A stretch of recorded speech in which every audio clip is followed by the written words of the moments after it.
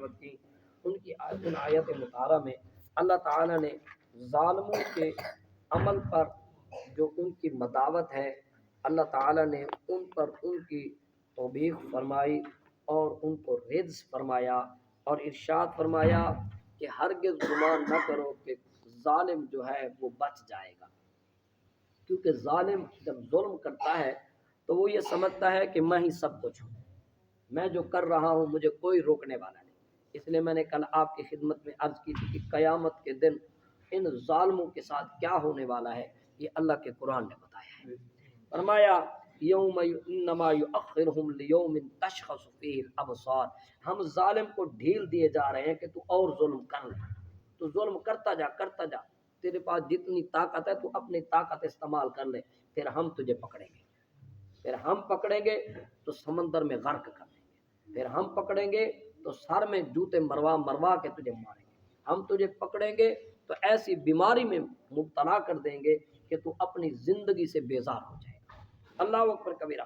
فرمایا پھر جب تو ہمارے پاس آئے گا تو ہم تجھے جو ہے جناب من فرمایا تو ہمارے پاس آئے گا، جب ہمارے پاس حاضر ہوگا تو فرمایا مہطعین مقنعی رؤوسہم لا یرتد الیہم طرفہم، فرمایا ایسی حالت ہوگی کسی کی فکر نہ ہوگی، بس اپنی آپ میں بندہ غرق ہوگا اور نفسا نفسی ہوگی۔ فرمایا مہطعین مقنعی رؤوسہم، پر سروں کو اٹھائیں گے اور دوڑے جائیں گے، لا یرتد الیہم طرفہم وافئدتہم ہوا، ان کی نگاہیں پلکیں تک نہ جھپکیں گی، اور فرمایا ان کے دل ہوا ہوں گے، یعنی ان کے قبضے میں بھی نہ ہوں گے۔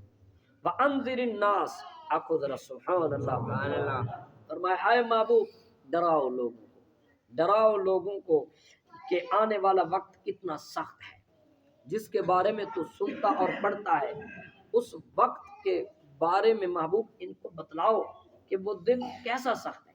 میرے بھائیوں، ہمارے پیٹ میں اگر درد شروع ہو جائے تو پھر اگر اللہ شفا نہ دے تو کیا خیال ہے کتنی سخت تکلیف ہوتی ہے۔ تھوڑی سی آگ کا شعلہ انگلی پہ لگ جائے تو کتنی بے چینی ہوتی ہے۔ سر میں درد شروع ہو جائے، انسان کہتا ہے ہر شے بک جائے، کچھ ہو جائے یار میرے سر کا درد ختم ہو جائے۔ کوئی شوگر میں، کوئی کسی بیماری میں مبتلا ہو گیا تو وہ یہ چاہتا ہے کچھ کرو بھائیو، پورا جہان میرے لیے بیچ دو، مجھے اس سے غرض نہیں، کیونکہ میری ذات ہے تو میرے لیے جہان ہے، اگر میں نہ رہوں تو مجھے جہان سے کیا غرض۔ اللہ اکبر۔ اور یہ بھی اٹل فیصلہ ہے کہ ہم نے اس جہان کو ضرور چھوڑنا ہے، یہ چھوڑ دینا ہے۔ یہاں نہ بلڈنگیں باقی رہنے والی ہیں، اور جب آسمان باقی نہیں رہے گا تو پھر کیا باقی ہے؟ جب زمینیں خسف ہو جائیں گی تو پھر اور کیا باقی رہے؟ جب جہاں رہتے ہیں وہ جگہ نہیں رہے گی تو انسان کہاں رہے گا؟ تو اس لیے عقل مند وہی ہے جو اپنے اس دنیا میں رہتے ہوئے اس گھر کو بنائے جو ہمیشہ کے لیے ہے۔ اللہ فرمایا وَأَنذِرِ النَّاسَ، اے محبوب لوگوں کو ڈرائیے یوم یأتیہم العذاب، جس دن ان کے پاس عذاب آئے۔ اس سے دو معنی مراد ہے۔ ایک معنی مراد یہ ہے کہ قیامت کا دن جب آ جائے گا، چلو وہ تو جب آئے گا اجتماعی طور پہ آئے گا، لیکن اس سے قریب تر معنی یہ ہے جس دن ان کے پاس موت آ جائے گی۔ یوم یأتیہم العذاب، اس دن عذاب کا دن آئے گا جب بندے کو سکرات لگ جائے گی، جب غرغرے میں آ کر یہاں گلے میں آ کر روح اٹک جائے گی، اور اس وقت انسان اپنے کیے اعمال کو دیکھ لے گا، اپنے انجام کو دیکھ لے گا، میں کدھر جا رہا ہوں، میرے لیے جنت کا رستہ کھلا ہے یا جہنم کی گڑھے کھڑے۔ اللہ اکبر۔ تو فرمایا فَيَقُولُ الَّذِينَ ظَلَمُوا، ان کو ڈراؤ لوگوں کو کہ تم نے مر جانا ہے، اللہ اکبر کبیرہ۔ حضرت عیسیٰ علیہ نبینا علیہ الصلوۃ والسلام ایک اونٹوں کے ریوڑ کے قریب سے گزرے، آپ نے وہاں دیکھا ایک اونٹ بڑی مستیاں کر رہا تھا اور مالک کے قبضے میں بھی نہیں آ رہا، کبھی ادھر دوڑتا کبھی ادھر دوڑتا۔ آپ اس کے بس قریب گئے اور اس کے کان میں کچھ بات کہی، اس کے بعد چل دیے۔ پھر کچھ دنوں کے بعد واپس آئے تو اسی ریوڑ کے پاس سے گزرے تو کیا دیکھا کہ وہی اونٹ بالکل لاغر ہو کر کھڑا ہے، اور نہ وہ کھاتا ہے نہ پیتا ہے، بس حیران و پریشان سر جھکائے کھڑا ہے۔ آپ نے اس کے مالک سے پوچھا اس کو کیا ہوا، یہ اب کھاتا پیتا کیوں نہیں، کمزور کیوں ہو گیا، بیمار کیوں ہے؟ آپ نے وہ کہنے لگا جی آپ نے اس دن اس کے کان میں کوئی بات پتہ کہہ گئے ہو. تو اس دن سے اس نے سر مستیاں بند کر دی, سارے کام ختم ہو گئے. اب یہ سروں کو جھکائے کھڑا ہے. آپ نے ایسا کیا کلام کیا اس کے ساتھ, کیا کہا اس کو؟ جناب من آپ نے فرمایا میں نے تو اور کچھ نہیں کہا, میں نے یہی کہا ہے اے مخلوق خدا تو نے مر جانا ہے. یہ یہ تکبر اور غرور نہ دکھا, یہ نہ دکھا اپنی سرمستیاں. تو نے مر جانا ہے, تو گوشت پوشت کا لوتھڑا ہے, تو ختم ہو جائے گا. فرمایا میں نے تو اتنی بات کی. فرمایا بس اتنی بات آپ کر کے گئے, اس کے دن کھانا پینا بھی بند کر دیا. اللہ اکبر کبیرہ. آقا دو عالم نور مجسم صلی اللہ علیہ وسلم نے فرمایا جب بندے کو قبر میں سوال کیے جاتے ہیں اور وہ سوالوں کے جواب نہیں دے سکتا, غافل منافق کافر جواب نہیں دے سکتا, تو فرمایا اس کی قبر میں آگ جلا دی جاتی ہے اور اس پر ایک اندھا اور بہرا ایک فرشتہ مسلط کر دیا جاتا ہے. فرمایا اس کے ہاتھ میں ایسا گرز ہوتا ہے, اگر وہ پہاڑ کو مارے تو پہاڑ بھی ریزہ ریزہ ہو جائے. فرمایا جب وہ اس کو گرز مارتا ہے تو فرمایا ایسی چیخ مارتا ہے وہ فرشتہ کہ فرمایا اگر جن اور انسان اس چیخ کو سن لے جو وہ مارتا ہے, جس خوف اور جس غم کے ساتھ, فرمایا سارے انسان ہی مر جائیں. ایسی خوفناک. آخر یہ ہونے والا ہے نا جناب, ہونے والا ہے. بچے گا کون؟ جو میرے آقا کا غلام. ایک ہی راستہ ہے, کوئی راستہ نہیں, ایک ہی راستہ ہے. جو مدینے والے کا ہو گیا, یہ جھوٹی باتیں نہیں, یہ سچی باتیں ہیں. جو مدینے والے کا ہو گیا وہ کائنات اسی کی ہو. اللہ اکبر. فرمایا فیقول الذین ظلموا ربنا, وہ دن جس دن کہیں گے ظالم ربنا اخرنا الی اجل قریب, وہ کہیں گے اے رب تھوڑے سے وقت کے لیے ہمیں مہلت دے. یا اس سے مراد یہ اس جگہ پہ ہمیں بھیج دے. کیونکہ ہندوؤں کا عقیدہ ہے, توجہ سے, قرآن بڑا سونا ہے, ہر وقت ہر دور کی بات کرتا ہے. ہندوؤں کا عقیدہ ہے کہ جناب من انسان جو ہے وہ جب ایک روح سے اس کے جسم سے روح نکلتی ہے وہ دوسرے جسم میں داخل ہو جاتی ہے. یعنی انسان مرتا نہیں, وہ بار بار روحوں میں جسموں میں منتقل ہوتا رہتا ہے اور یوں پھر وہ 7 جنم کی وہ بھومی جس کا نام لیتے ہیں وہ لیتا رہتا ہے. اللہ نے ان کے اس عقیدے کی نفی فرمایا وہ کہیں گے ہمیں واپس بھیج دے دنیا میں. رب فرمایا تمہیں میں نہیں بھیج سکتا. اگر میں بھیجوں, قادر تو ہوں, بھیج تو سکتا ہوں, لیکن میں نہیں بھیجتا. اگر میں نے بھیج دیا تو جو قانون قدرت ہے وہ رکھنے میں آ جائے گا. پھر ہندوؤں کے عقیدے کی تصدیق ہو جائے گی کہ مرنے کے بعد دوبارہ کسی اور میں روح میں چلے جانا ہے. کر ضرور سکتا ہوں, کیونکہ تمہیں مار کے دوبارہ اگر محشر کے دن کھڑا کر سکتا ہوں تو دنیا میں تو بھیج سکتا ہوں. جنت اگر تمہارے لیے بنا سکتا ہوں تو دنیا بھی تو بنا دوبارہ سکتا ہوں نا.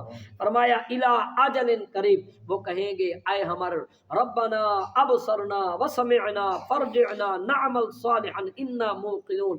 اللہ کے قرآن نے کہا, فرمایا وہ کہیں گے اے ہمارے رب ہم نے دیکھ لیا, ہم نے سن لیا. فرمایا یہی تو ایمان تھا, تم بن دیکھے نہیں مانے تھے. کچھ ایسے بھی تھے جنہوں نے نہ مجھے دیکھے, نہ میرے محبوب کو دیکھا, نہ میرے محبوب کے شہر کو دیکھا, نہ میرے محبوب کے یاروں کو دیکھا, بس بن دیکھے قرآن کو دیکھا اور کہا جو رب نے کہا وہ سچ کہا. تو فرمایا یہ تو انہی کے لیے ہے, یہ جنت اور قبر کے بعد تو انہی کے لیے ہیں جنہوں نے بن دیکھے ہمیں مانا. فرمایا وہ کہیں گے الی اجل قریب, ایک قریب تر مدت جو ہے, قریبی دنیا جو ہے اسی میں واپس بھیج دے. نجب دعوتک, ہم تیری دعوت کو قبول کریں گے, جو تو کہے گا سر ہم تسلیم کریں گے. تو نے کہا زکوٰۃ دینی ہے, ہم نے کہا ہم ضرور دیں گے. اللہ اکبر. تو نے کہا جناب من سود نہیں کھانا, ہم نے کہا جی نہیں کھانا, ہم نے سود نہیں کھانا, کسی طریقے سے نہیں کھانا, کسی بھی بہانے سے نہیں کھانا, کسی بھی ہیلے سے نہیں کھانا. خیال رکھو میرے بھائیوں, خیال رکھو. آج کل بینکوں میں پیسہ رکھوانے کا بڑا رواج ہے, ٹرسٹ کا نام دے دیا گیا, انٹرسٹ کا نام تبدیل کرا, ہے چیز وہی. ایک دودھ کو اگر کھیر بنا تو وہ پھر بھی دودھ ہی ہے نا سرکار. اگر اس کو ایسے پی لو پھر بھی, کاڑ کے پیو پھر بھی دودھ ہے, اس کو پکا کے پیو پھر بھی, اس کو کسی چیز میں مٹھائی بنا کے کھا لو پھر بھی تو وہ دودھ ہی ہے نا. اگر ہم سود کو انٹرسٹ کا نام لے دیں, یا جی وہ کیا کہتے ہیں مجھے اب نام نہیں آتا, جو حکومتی ایک ادارہ ہے جو پیسے دیتا ہے اور کہتا ہے جی اکاؤنٹ کے نام پہ وہ بناتا رہتا ہے, وہ خاص ایک ٹکانا گورنمنٹ کا ہے جس میں وہ پینشنی لوگ اور اس طرح کے لوگ اپنا رقم جمع کرواتے رہتے ہیں, پھر کہتا ہے جی گورنمنٹ ہمیں پروفٹ دے رہی ہے. کیا کرے ہماری اولاد, کیا کرے گی؟ یہی بات ہے نا سرکار, یہی بات ہے نا کہ ہماری اولاد کا کیا بنے گا. لاوارث ہے ہماری اولاد, ہم مر جائیں گے ہماری اولاد یتیم ہوگی, کیا کرے گی؟ میں نے کہا کیا آپ ماں کے جب پیٹ سے پیدا ہوئے تھے آپ اپنا پیسہ ساتھ لائے تھے؟ یا آپ جب جائیں گے تو کیا خیال ہے آپ کو گارنٹی دیتے ہیں کہ یہ پیسہ آپ کے اولاد کے پاس رہے گا؟ تو یہ تو ہاتھوں کی میل ہے بھائیا، آ رہا ہے جا رہا ہے، آپ کیوں اپنی قبر کالی کرتے ہو؟ کیوں چند دن کی خوشی کے لیے اپنی ہمیشہ کی زندگی برباد کرتے ہو؟ اولاد کے نام پہ کیوں پیسہ اولاد؟ کیا اولاد کو سود کھلانا چاہتے ہو؟ مہربانی فرماؤ، اللہ کا نام لو، ہم نے مر جانا ہے، یہ دنیا یہی کا مال ہے، یہی پڑا رہے گا، اسی لیے کسی طرح بھی سود کے قریب نہ جاؤ۔ سود کے سرکار نے فرمایا جس نے سود کھایا اس نے ماں کے ساتھ برا کیا۔ اب بتلائیے جس کو اتنی بڑی وعید آ گئی وہ کیا کرے؟ لہذا اپنے آپ کو بچاؤ سود سے، سود کے قریب نہ جاؤ۔ اللہ کی قسم جس نے سود کھایا ہے اس کا اصل مال بھی تباہ ہو گیا۔ میں سچی بات کر رہا ہوں، قرآن سامنے پڑھا ہے، کوئی بے شمار مثالیں، سمجھنے والے کے لیے اشارہ کافی ہوتا ہے۔ اللہ اکبر کبیرہ۔ فرمایا انہوں نے کہا نجب دعوتک ونتبع الرسل، ہم تیری دعوت کو قبول کریں گے، تیرے نبیوں کی پیروی کریں گے۔ اولم تکونوا اقسمتم، اللہ نے فرمایا کیا تم وہی لوگ نہیں ہو جنہوں نے قسمیں کھائی تھی من قبل، اس سے پہلے، مالکم من زوال، کہ ہم یوں ہی امیر رہیں گے، ہمیں زوال نہیں آئے گا، ہم نہیں مریں گے۔ اللہ اکبر۔ فسکنتم فی مساکن الذین ظلموا، فرمایا کیا تم ان لوگوں کے گھروں کو نہیں دیکھ آئے، ظلموا انفسهم، جنہوں نے اپنی جانوں پہ ظلم کیا۔ کہاں گئے بڑے بڑے محلوں والے؟ محل انہوں نے بنائے، اب تباہی و بربادی کے کھنڈرات ہیں وہ، تم نے دیکھے نہیں ہیں؟ کتنی بڑی بڑی بلڈنگیں لوگوں نے بنائی، کتنا پیسہ خرچ کر دیا اپنی زمینوں پہ، کتنے بڑے بڑے کاروبار انہوں نے کھڑے کیے، اور وہ سمجھتے تھے ہمیشہ یوں ہی کاروبار چلتا رہے گا، لیکن کاروبار تو رہا، بندہ نہ رہا، بندہ نہ رہا۔ فرمایا وہ ظالمو، انہوں نے ظلم کیا اپنی جانوں پہ۔ فتبین لکم، دیکھو سمود کے ساتھ کیا ہوا، عاد کے ساتھ کیا ہوا، قوم نوح کے ساتھ کیا ہوا، قوم صالح کے ساتھ کیا ہوا، اور جو بڑے بڑے ظالم آئے، ابرا بادشاہ کے ساتھ کیا ہوا، فرعون کے ساتھ کیا ہوا، نمرود کے ساتھ کیا ہوا، ذرا دیکھو تو صحیح۔ کیف فعلنا بہم، ہم نے کیا کیا ان کے ساتھ، وضربنا لکم الامثال، اور ہم نے کیسی کیسی مثالیں تمہارے لیے بیان کی ہیں۔ وقد مکروا مکرہم، فرمایا انہوں نے چالیں چلی تھی، مکرہم گہری چالیں چلی، وعند اللہ مکرہم، ان کی ساری چالیں اللہ کے پاس لکھی ہوئی ہیں، وَإِن كَانَ مَكْرُهُمْ، اور بے شک ان کے مکر اتنے گہرے تھے، مخلوق کے لحاظ سے اتنے بڑے تھے۔ فرمایا لِتَزُولَ مِنْهُ الْجِبَالُ، گویا کہ ان سے پہاڑ بھی ہل جائیں۔ انشاءاللہ کل میں آپ کو بتلاؤں گا کہ یہ مکر کی اصل جس کے بارے میں کہا گیا ہے، وہ نمرود اور فرعون نے ایسا کون سا کام کیا کہ اللہ نے ان کے بارے میں اس طرح فرمایا۔ تمام حضرات